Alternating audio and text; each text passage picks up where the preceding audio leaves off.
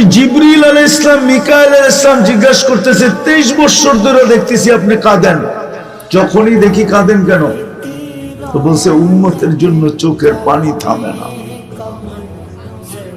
যে আরশে যায় আমাদেরকে বলেন না, নাইলে আপনি আত্তাহিয়াতের ভিতরে পড়েন তো পড়েন কি কইরা ওয়া আলা ইবাদিল্লাহিস সালিহিন।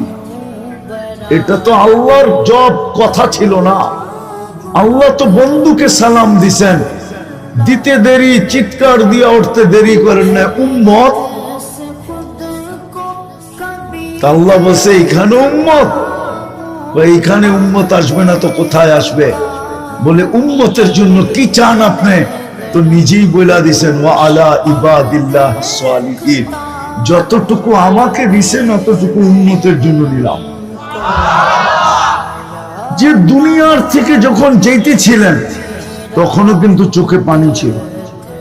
জিবরিল জিজ্ঞাসা করছে কাঁদেন, আতাব কি আনতা ইলা রফিকিল আলা? বলছে কাঁদবো না কেন, আমার পরে উম্মতকে কি দেখালাম।